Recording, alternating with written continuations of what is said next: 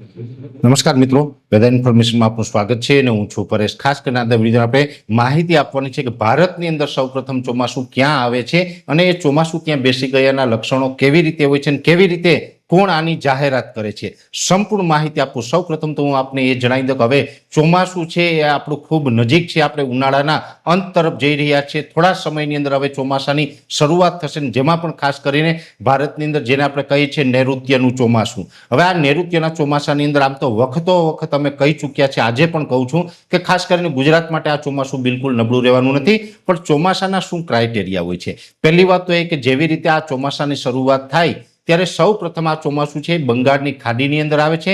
બંગાળની ખાડીની અંદર જે ભારત દેશના બે ટાપુ છે, અંદમાન નિકોબાર ટાપુ, એ અંદમાન નિકોબાર ટાપુ ઉપર સૌ પ્રથમ ચોમાસું પહોંચતું હોય છે।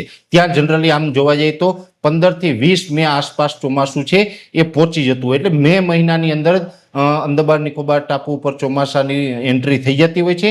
પછી ત્યાંથી જે ચોમાસું પવન છે એ આગળ વધે, એટલે કે બંગાળની ખાડી થઈને અરબ સાગર તરફ અને જે હિન્દ મહાસાગર અને અરબ સાગરની વચ્ચે થઈ અને આફ્રિકાના મડાગાસ્કર ટાપુ સુધી ચોમાસાના પવનો જાય છે।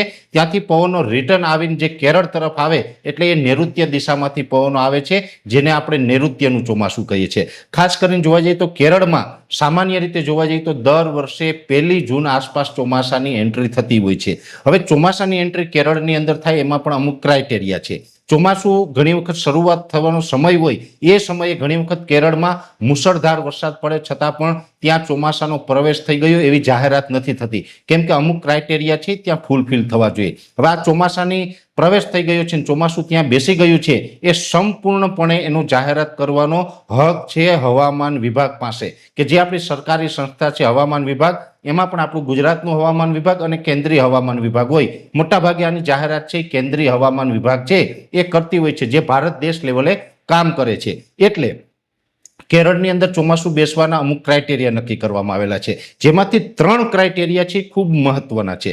3 ક્રાઇટેરિયાની અંદર પહેલા તો ત્યાં ટોટલ 14 જેટલા વેધર સ્ટેશન નક્કી કરવામાં આવેલા છે, સેન્ટરો નક્કી કરવામાં આવેલા છે, જેની અંદર કોચી, તિરુવનંતપુરમ, તિરુવલનેલી, એર્ણાકુલમ વગેરે, રામેશ્વરમ છે। આ જે ટોટલ 14 સેન્ટર છે, 14 સેન્ટરમાંથી 50% કરતાં વધારે સેન્ટરની અંદર સતત 2 દિવસ સુધી 2 મિલીમીટર કરતાં વધારે વરસાદ પડવો જોઈએ। આ પહેલો ક્રાઇટેરિયો। ઘણી વખત એવું થાય કે 2 દિવસ સુધી 2 મિલીમીટર કરતાં વધારે વરસાદ પણ પડે છતાં પણ ત્યાં ચોમાસાની જાહેરાત નથી થતી। શું કામ? તો કે બીજા એક ક્રાઇટેરિયા અધૂરા હોય છે। બીજો ક્રાઇટેરિયો શું છે? તો કે કેરળના દરિયાકાંઠે પશ્ચિમ દિશાનો પવન ફૂંકાવો જોઈએ અને પવનની ઝડપ છે એ સામાન્ય રીતે 35 કિલોમીટર પ્રતિ કલાકની હોવી જોઈએ। આ બીજો ક્રાઇટેરિયો એ પણ પૂર્ણ થવો જોઈએ। ત્રીજો ક્રાઇટેરિયો મહત્વનો છે OLR।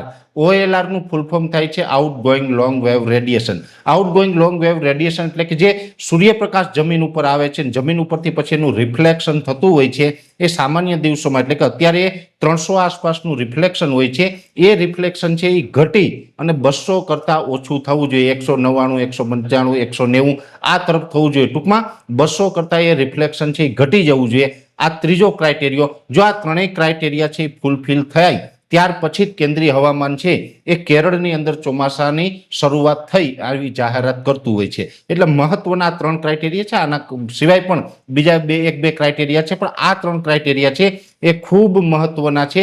એ ત્રણેય ક્રાઇટેરિયા જ્યારે પૂર્ણ થાય ત્યારે કેરળમાં ચોમાસાની જાહેરાત થતી હોય છે અને મુખ્યત્વે 1 જૂન આસપાસ આ ત્રણેય ક્રાઇટેરિયા છે મોટા ભાગે ફૂલફિલ થઈ જતા હોય, 1 જૂન આસપાસ ચોમાસાની જાહેરાત થતી હોય છે। પછી કેરળથી ચોમાસું આગળ વધે એટલે લગભગ આશરે 15 દિવસ આસપાસ ગુજરાત પહોંચવામાં એનો સમય લાગતો હોય છે।